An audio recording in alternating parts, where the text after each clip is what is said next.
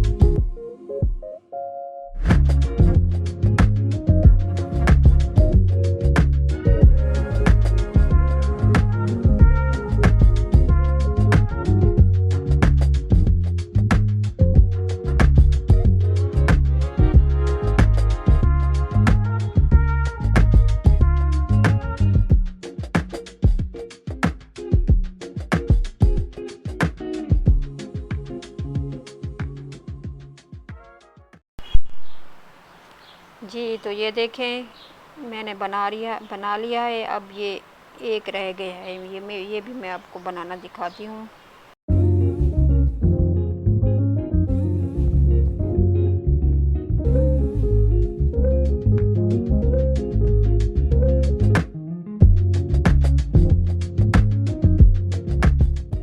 बिल्कुल ऊपर वाली साइड, इसके ऊपर, ये अपने बीच में नहीं लाना।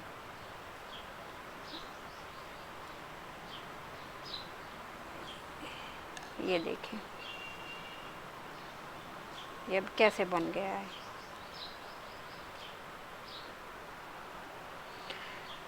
जी ये देखो कैसे खूबसूरत लग रहा है। मेरे चैनल को सब्सक्राइब करें, शेयर करें, लाइक करें। अल्लाह हाफिज़।